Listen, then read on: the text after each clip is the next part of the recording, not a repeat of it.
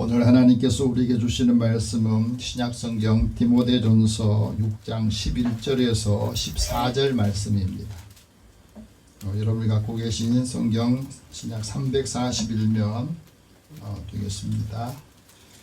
우리 함께 이 말씀을 읽으면서 하나님께서 사도 바울을 통해서 디모데에게 주신 말씀, 우리 모두에게 주신 말씀을 받고 또 음성을 듣기를 원합니다. 같이 읽겠습니다. 오직 너 하나님의 사람아, 이것들을 피하고 의와 경건과 믿음과 사랑과 인내와 온유를 따르며 믿음의 선한 싸움을 싸우라. 영생을 취하라. 이를 위하여 내가 부르심을 받았고 많은 증인 앞에서 선한 증언을 하였도다. 만물을 살게 하신 하나님 앞과 본디오 빌라도를 향하여 선한 증언을 하신 그리스도 예수 앞에서 내가 너를 명하노니 우리 주 예수 그리스도께서 나타나실 때까지 흠도 없고 책망받을 일도 없이 이 명령을 지키라. 아멘. 기도하겠습니다. 하나님, 오늘도 흠이 많고 부족한 저희들을 하나님께서 부르시고 은혜를 주시고 지혜를 주시어서 부족한 가운데에도 하나님 우리를 사랑하여 주신 것을 감사합니다. 아멘. 우리의 삶의 자리에 믿음 안에서 살아가는 사람들을 귀하게 여기셔서 소망을 가지고 우리에게 하나님의 뜻을 이루어갈 수 있도록 인도해 주옵소서. 이 말씀을 들을 때 주님의 음성을 듣게 하여 주시고 이 말씀을 우리의 삶에 적용해서 하나님의 지혜를 얻도록 듣는 마음을 주옵소서. 예수님의 이름으로 기도드립니다. 아멘. 옆에 계신 분의 서로 인사 나눕시다. 하나님 당신을 사랑하십니다. 하나님 은혜가 함께하기를 원합니다. 네, 오늘 날씨가 좀 비가 와서 오시는데도 좀 불편함이 있었지만은 또 여기까지 올 수 있는 믿음, 또 사랑하는 마음 주신 것을 감사합니다. 그 세상에 이런 일이라고 하는 프로에 보면은 시장에서 개가 어느 집에 가서 물건을 사오라 하고 주인이 바구니에다가 돈을 넣어주면 그 개는 그 집에 찾아가 가지고 물건을 사오고 거스름돈을 받아오더라고요. 그래서 어떻게 저 집을 다 알고 찾아갈까 사람들은 생각하고, 근데 그거를 꼭 하고 나면 소세지 하나씩을 줘요. 그러니까 이 강아지 개는 늘 이제 갔다 오라 가면 정확하게 그 집 가가지고 바구니에 돈 가진 넣어놓고 이제 거기에 살 물건을 해주면 거기다 집어넣어주고, 돈을 제대로 안 주면 가만히 기다리고 있더라고요. 우리가 살아가면서 걔도 거기에 대한 보답을 해주면은 저렇게 훈련이 되면은 하는구나 하는 것들을 알게 해줘요. 우리가 살아가면서 하지만 걔는 돈을 사용할 수 있는, 활용할 수 있는 그 지혜는 없는 거죠. 한국 기독교 사회의 문제연구원이 지난해 12월에 기독교 청년들한테 그 인식조사를 했답니다.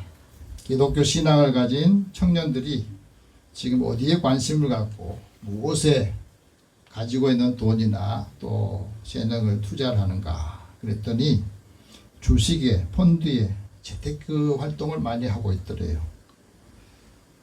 암호화폐, 코인이죠.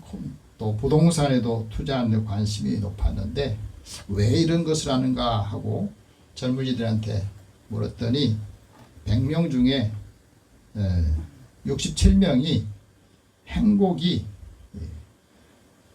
무엇에 의해서 결정되는가, 돈이 행복의 조건이다, 그런 응답을 했답니다. 꼬마 아이들도 돈을 구별하잖아요. 용돈 주면 파란 잎사귀하고 노르스만 잎사귀를 구별해서 이렇게 주면 손 흔들고 좋아하지 않습니까? 이 투자 열풍이 일어나서 누구나가 다 돈 벌고 싶어하고 누구나 다 부유하게 살고 싶어하는데 문제는 이 돈의 문제하고 신앙의 이정표가 부실해서 여기서 흔들리는 젊은이들이 많다. 뭐 젊은이만 그러겠습니까? 자신이 노력해가지고 한순간에 잘못 투자를 하고 잘못해서 잃어버린 것들이 많이 있습니다. 20대에 기독 청년이 코인에 투자를 했다가 수백만 원을 잃었어요. 다시 보충을 하려고 빚을 얻어가지고 신용 대출을 받고 불법 현금 서비스 그걸 받았는데 계속해서 빚만 쌓여가서 감당할 수가 없어.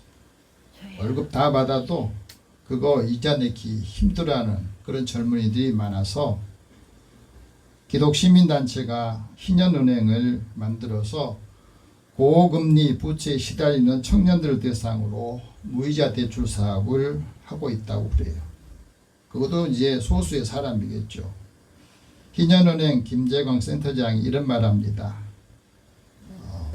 젊은이들이 투자에 실패한 뒤에 상담을 요청한 청년들이 많아지고 있는데 뭐 기독교 청년이든지 또 믿지 않은 청년이라 할지라도 물질에 대한 압박 속에서 신앙의 균형을 잃어버리고 살고 있는데 그걸 누가 감당해 줘야 되느냐. 교회와 또 공동체가 돕는 역할을 해야 된다. 나눔과 구제를 통해서 물질적 회복을 이루게 해서 다시 신앙을 회복하게 해야 된다 하는 말입니다. 중요한 것은 돈과 믿음의 대결에서 이기는 비결이 돈을 만몬을 대적하는 게 아니라 그것을 우리에게 어떻게 살게 하는지 주님 안에서 사는 삶을 가르치고 이끌어주는 역할을 해야 된다 하고 말합니다. 요즘 젊은이들이 화요족이라고 경제적 자립을 좀 일찍 해가지고 빨리 은퇴해서 좀 편안한 삶을 살고 싶어하는 사람들이 많다고 그래요. 그런데 그 마음같이 되질 않는다는 거죠. 재물과 신앙에 대한 적절한 안내를 받아야 되고 그렇지 않고 물질적인 부유함 또 부하려고 하는 욕심이 생기면 시험과 올무에 빠질 수밖에 없다 하는 것을 말해주고 있습니다. 여러분 사회 전반을 살펴보면 누구나가 다 내 집 마련의 꿈을 갖고 있잖아요. 많은 건물들을 짓고 있는데 아파트를 짓는데 아파트를 지어도 내 집이 없는 사람들이 아직도 많이 있습니다. 저도 마찬가지고요. 내 집 마련의 힘이 자본인데 그 내 집 마련의 유연성을 시작하는 것이 바로 행동이라 그럽니다. 그래서 이 유연한 기회를 앞당기려면 우리 마음에 자기 이해가 있어야 된다 하는 말이에요. 모든 성취는 자기 이해에 달려 있다는 거예요. 자기 이해를 할 때마다 그 삶에서 혼란스러운 것들을 이제 하나씩 하나씩 또 줄여갈 것을 말해주고 있습니다. 현재 나를 얼마나 이해하고 관찰하느냐 거기에 따라서 내가 어디에 노력을 하고 무엇을 회복해야 되는가 하는 것을 알게 된다는 거죠. 여러분 나이가 들어가면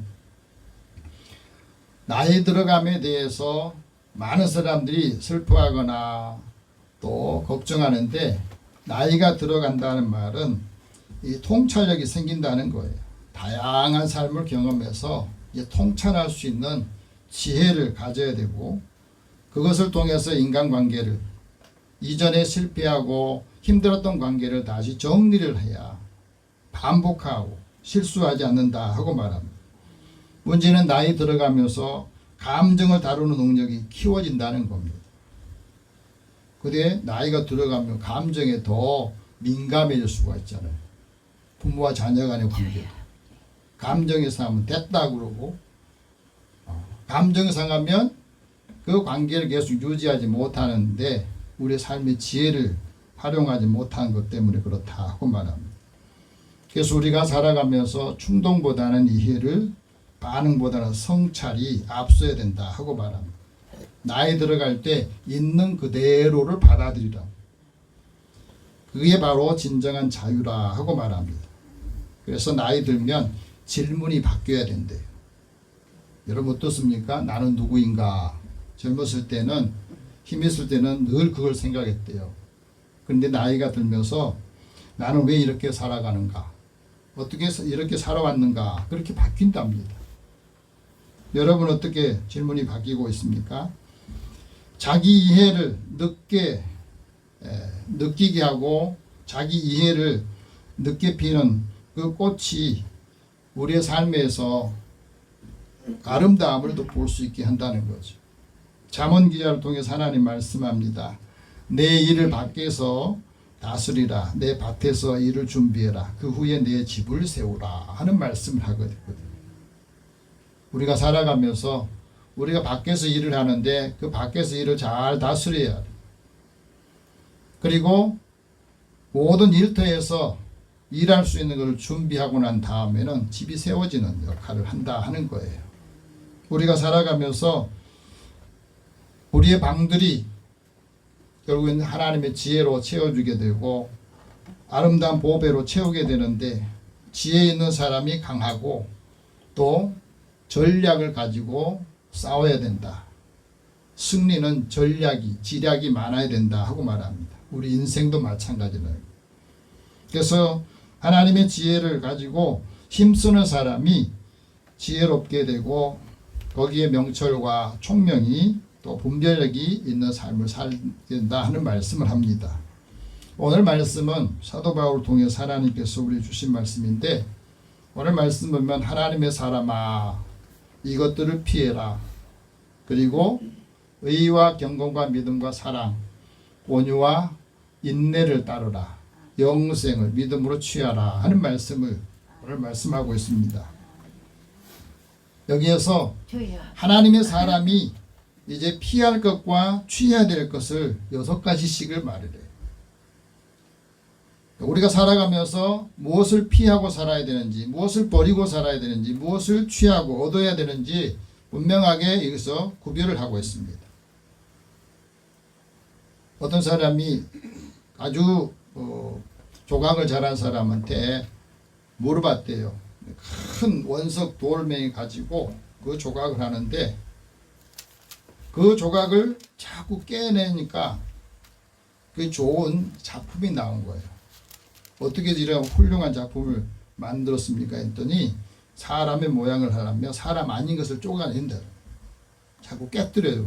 내는 것처럼 우리 삶에 있어서 정말로 필요하지 않는 것을 자꾸 버리는 작업을 해야 되는데 그것을 계속 안고 있는 나는 그 안고 있는 것 때문에 늘 우리의 삶이 앞으로 나가지 못하고 제자리에 머물러 있는 것을 말해주고 있습니다. 중요한 것은 우리가 피해야 될 것, 버려야 될 것 6가지가 오늘 본문 앞에 나옵니다. 그 말씀이 뭐냐면 첫 번째는 세상에서 아무것도 우리가 가지고 온 것이 없다는 거예요. 그리고 아무것도 가지고 가지도 못한다. 이건 우리에게 굉장히 중요한 것을 말해주고 있습니다. 공수래 공수거란 말 들어봤죠? 나올 때 아무것도 가지고 빈손으로 나왔다가 갈 때도 빈손으로 하는데 근데 사람들은 처음에 태어날 때하고 마지막 세상을 떠날 때 아무것도 가지고 갔는데 아직도 그 사람들 마음속에는 움켜쥐려고 하는 것이 너무 많다 하는 것이 우리가 살아가면서 이 말은 사실은 재물에 욕심 가지지 말고 인생 여정을 전혀 좀 아우르면서 통찰하는 그 마음을 가지고 살라 하는 말인데 굉장히 진실한 것들이 숨겨져 있습니다. 세상의 모든 것들은 영원하지 않다는 것, 또 흘러가는 세상 속에서 우리가 진정으로 무엇을 붙잡아야 되는가, 또 우리가 이 세상에서 무엇을 위해서 살아야 하는지 근본적인 질문을 던진 거예요. 인생을 살면서 무엇이 남겨져 있는지 또 무엇을 남겨야 하는지 생각하면서 행동하라는 겁니다. 물질과 명예에 대해서 집착을 하면 인생의 본질을 잃어버려요. 깨닫지를 못합니다. 물질에 대한 소유, 집착을 줄이라는 말이고 그것을 줄일 때에 순간의 행복과 삶의 본질을 중요하게 여기게 되고 마음의 평안을 얻고 진정한 삶의 가치를 깨닫게 된다는 말입니다. 정신적인 행복과 내면의 평화를 우선으로 여길 때에 그런 가치관을 가질 때 그 삶을 누리게 된다 하는 것을 우리에게 말해줍니다. 두 번째는 먹을 것과 입을 것이 있으니 족한 줄로 알라. 그래서 우리가 살아가면서 이제 먹을 거 입을 것이 있으면 만족하면서 살라는 말인데, 사실은 생존에 필수적인 것만 있으면 만족할 줄 아는 것이 우리 삶에 얼마나 중요한가를 가르쳐주고 있습니다. 이게 바로 하나님 말씀, 이것이 하나님 나라의 가치관이 담겨 있는 것을 말해요. 그래서 예수님께서 말하잖아요. 목숨을 위해서 무엇을 먹을까? 무엇을 마실까? 몸을 위해서 무엇을 입을까? 사실은 우리가 매일 아침에 일어나서 눈 뜨면 나갈 때 또 일할 때 이것에 의해서 우리가 살잖아요. 안 먹으면 죽으니까. 또 무엇을 입을까 하는 것도 내가 다른 사람에게 어떻게 비칠까 하는 것을 생각하기 때문에 매일매일 이 옷 입었다 맞춰보고 저 옷 입었다 맞춰보고 그거 하는 시간도 많이 보내잖아요. 왜 그러겠습니까? 그것이 그 사람의 이미지를 만들어주기 때문에 그래요. 그런데 중요한 것은 목숨과 음식이 무엇이 더 중요하냐, 이건 그 상관관계에 있는데, 음식을 먹는 것은 목숨을 위해서 있는 건데 이것이 뒤바뀌면 어떻게 되죠? 음식을 더 중요하게 여기다 보면 목숨을 잃게 되는 일도 생겨요. 너무 많이 먹어서 문제잖아요. 우리가 살아가면서 예수님께서 중요한 것을 먼저 생각해라 하는 말이죠. 이것은 다 이방 사람들이, 하나님 믿지 않는 사람들이 구하는 것이고 하나님께서는 그걸 다 아신다는 겁니다. 그래서 그 일을 되마다 주신다는 거예요. 그래서 이걸 더해 주려면 어떻게 해야 되느냐? 먼저 구해야 될 거고 나중에 구할 것을 구별하라는 말이에요. 먼저 구할 것은 하나님의 나라, 하나님의 의를 구하고, 그러면 하나님께서 너희에게 모든 것을 더해 주신다. 플러스 인생을 살게 해주신다. 우리의 믿음의 가치관, 또 경제의 가치관을 이 말씀을 듣고 한번 바꿔보시기 바랍니다. 이것이 하나님 나라를 위해서, 하나님의 의를 위해서, 내게 준 재능이, 내게 준 물질이, 내가 배운 얻은 것이 이것을 쓰임받을 때 하나님께 더해 주신다 하는 이 플러스 인생을 살 수 있기를 바랍니다.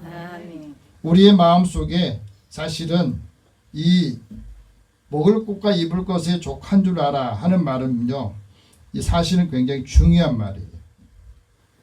에덴 동산에서 하와와 또 아담이 그 아름다운 낙원에서 쫓겨나게 된 이유 중에 하나도 사실 여기에 있습니다.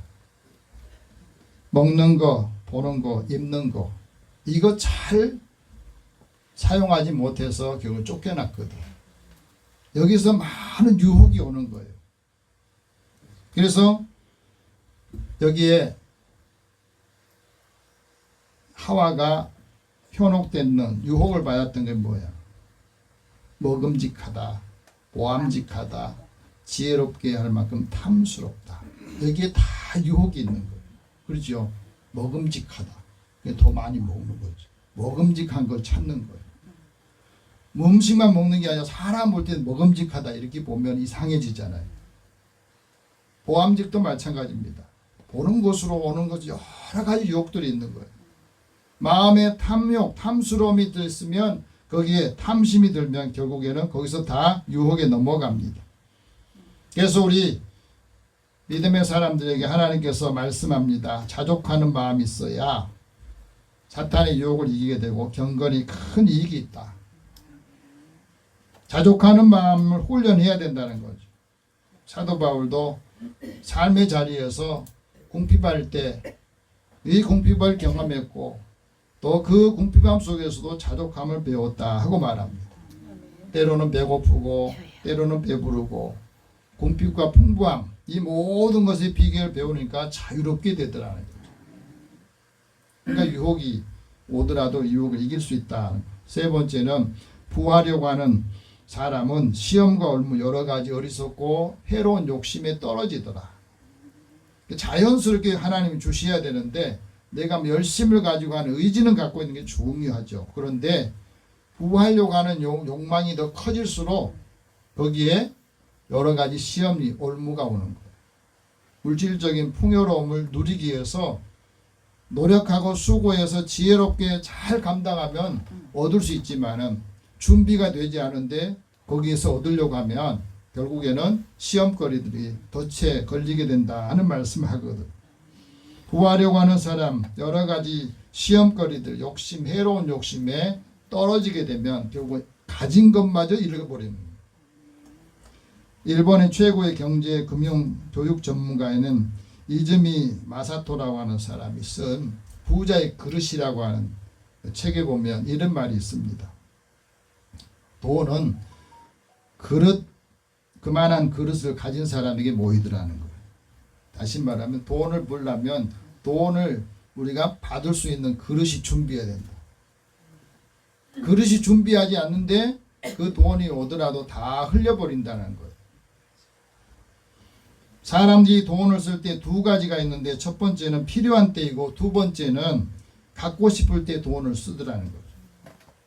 그렇죠? 우리가 필요할 때 돈을 쓰려고 돈을 모으고 또 우리가 돈을 이제 갖고 싶은 것을 얻으려고 할 때 돈을 사용하기 위해서 돈을 버는 거거든요. 이 돈 때문에 실수를 저지른 90%가 타이밍을 잘못하고 선택을 잘못해서 자기가 얻었던 것을 다 잃어버리더라는 거예요. 굉장히 중요하죠. 타이밍을 잘 잡아요. 또 어떤 걸 선택하는 선택을 잘 해야 되는데 이것을 잘못하면 많은 것들을 얻었던 것을 잃어버리는 실수를 범한다. 그러기 위해서는 좋은 판단력과 지혜를 가져야 되는데 이것을 실천적인 기능을 가져야 된다는 거예요. 우리가 살아가면서 이 시절적인 경험은 우리가 경험했던 거 다시 돌아보고 어디에서 이 문제가 생겼는지 그것을 다시 점검하고 그러면서 실패를 딛고 성공할 수 있는 곳으로 바꿔줘야 되는데 사실은 우리 삶에 있어서 신용이 굉장히 중요하더라는 거예요. 신용이라는 것은 자신과 약속을 잘 먼저 지켜야 된다는 거예요. 신용이 없는 사람은 자신과 약속을 지키지 못해. 남을 속이려고 하면 먼저 자기를 속여야 되잖아요. 거짓말을 하려면. 근데 이런 말을 다 듣고도 왜 달라지지 않느냐? 수많은 책을 읽고 수많은 사람들이 살아갔던 그 삶을 나도 하고 싶은데 왜 안 되느냐? 발전이 없는 것은 내게 실천이 없기 때문에 나한테 적용을 안 해서 그렇답니다. 수많은 말씀을 듣지만 우리 삶에 변화가 없는 것도 나에게 적용하지 않아요. 왜? 귀찮거든. 하려고 하니까 힘든다고 생각하거든. 적용을 해야 된다.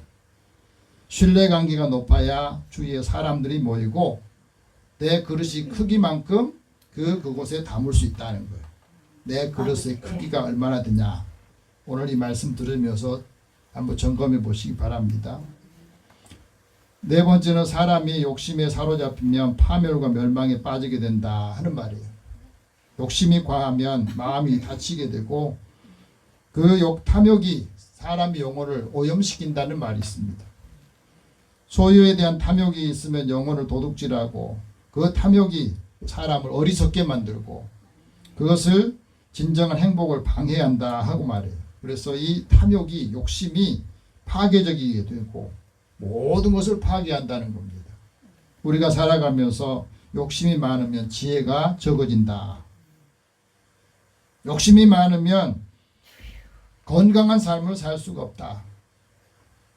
그래서 욕심을 줄여야 감사하게 되고 만족하는 삶을 갖게 돼요. 강한 마음을 가진 사람은 고통스럽고 힘들어도 두려워하지 않는다 하고 말합니다.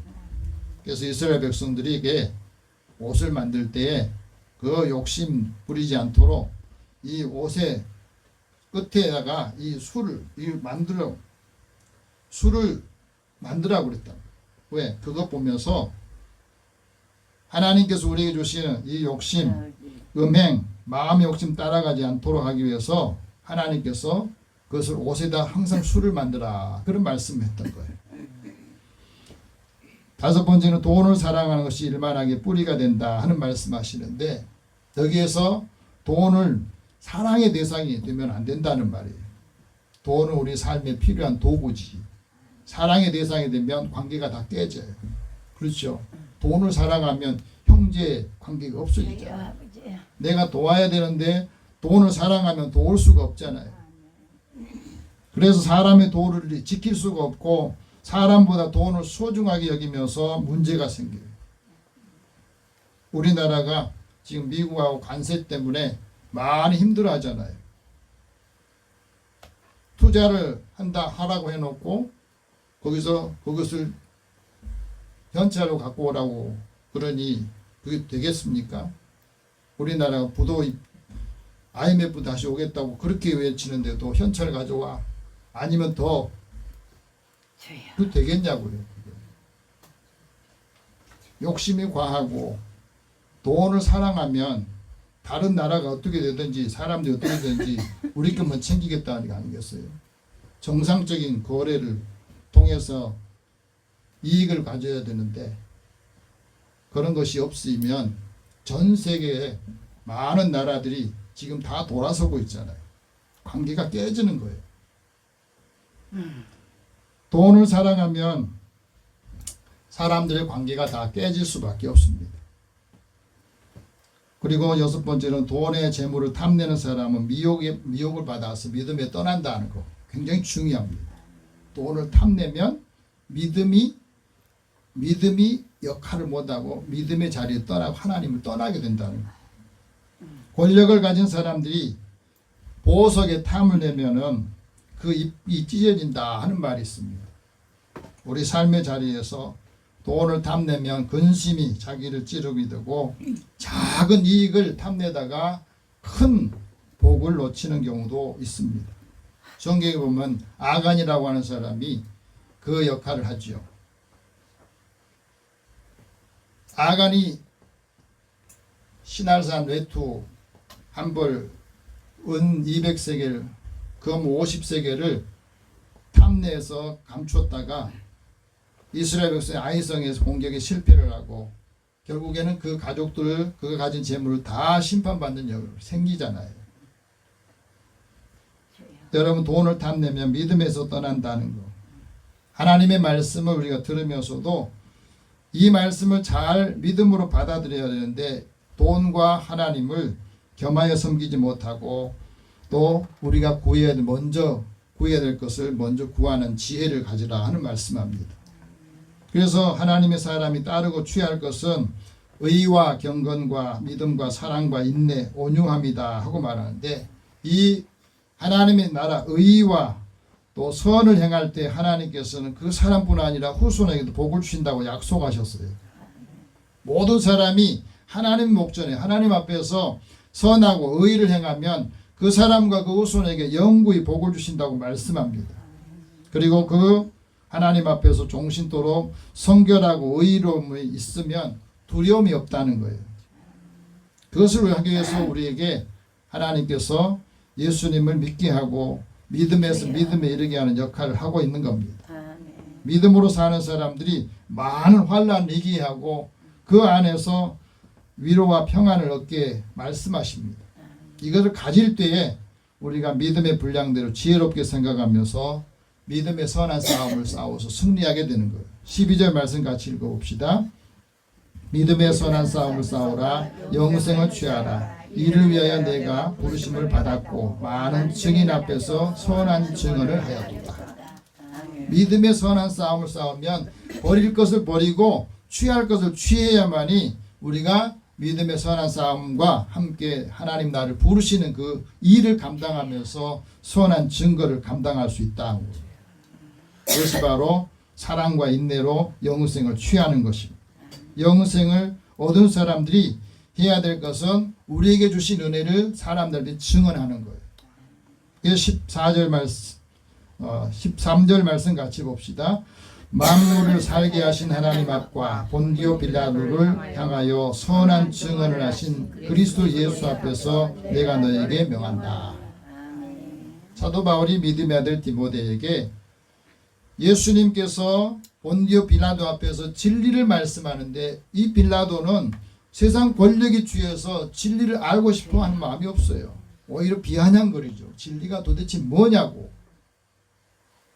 그래서 그는 예수를 십자가에 못 박아 죽이라고 선고하면서 나중에 그 직위도 얼마 유지를 못해요. 영생의 확신이 있으면 진리를 증언하게 되고 진리를 믿음으로 살 때에 우리는 자유함을 얻는다는 말씀합니다. 매튜 헨리라고 하는 성경 주석가는 이런 말합니다. 우리가 진리를 소유하고 있다는 가장 좋은 증거는 진리대로 사는 것이다. 진리대로 사는 거예요. 진리로 살 때 그 안에 자유함이 있다는 말씀합니다. 하나님의 사람이 온유함을 따르고 온유함을 따를 때 하나님께 주신 복이 뭐냐면 땅을 얻게 하고 사람을 얻게 한다는 말씀합니다. 화평하여서 풍부함을 얻게 하고 살아간 우리에게 말씀하죠. 그래서 하나님은 온유함이 커야 큰 사람이 되게 합니다. 여러분 우리 자녀들을 위해서 기도하실 때 뭘 기도합니까? 이들이 능력과 지혜 모든 걸 그렇게 기도하는 것보다 더 중요한 하나님 우리 애들이 온유하게 해주세요. 온유한 사람이 되게 해주세요. 왜? 온유함이 커야 큰 사람이 된다는 거예요. 역할을 감당한다는 말씀합니다. 오늘 14절 말씀 같이 봅시다. 우리 주 예수 그리스도께서 나타나실 때까지 흠도 없고 책망받을 것도 없이 이 명령을 지키라. 흠이 없이 책망받지 않는 것은 뭐냐면 이 말씀을 예수님 오실 때까지 지키는 거예요. 하나님의 의와 또 화평, 온유함과 사랑을 지킬 때에 하나님께서 이걸 성취하게 하신다 하고 말합니다. 하나님의 사람이 온유한 심령으로 사람들에 대해서 잘못한 것을 그 온유함을 통해서 바로잡게 되고 그래서 그 사람을 통해서 함께 그리스도의 복을 성취하는 것을 우리에게 말씀하십니다. 오늘 이 말씀 여러분 기억하시면서 하나님이 우리를 오래 참고 예수 믿게 하셨던 것처럼 이제 우리 곁에 있는 사람들도 우리가 하나님 주신 인내와 온유함을 통해서 하나님의 사람 또 하나님의 복을 성취하는 믿음의 삶을 살기를 축복합니다. 기도하겠습니다.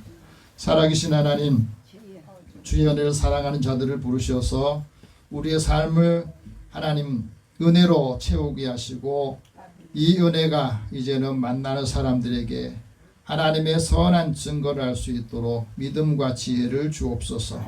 믿음의 사람들의 그 삶을 복되게 하여 주시어서 형제들 가운데 많은 사람들 가운데서도 이들에게 필요한 것을 공급해 주심으로 이것을 함께 잘 선용하여서 하나님께 영광을 돌리고 많은 사람들을 주께로 인도할 수 있도록 은총을 더하여 주옵소서. 예수님의 이름으로 기도드립니다. 아멘.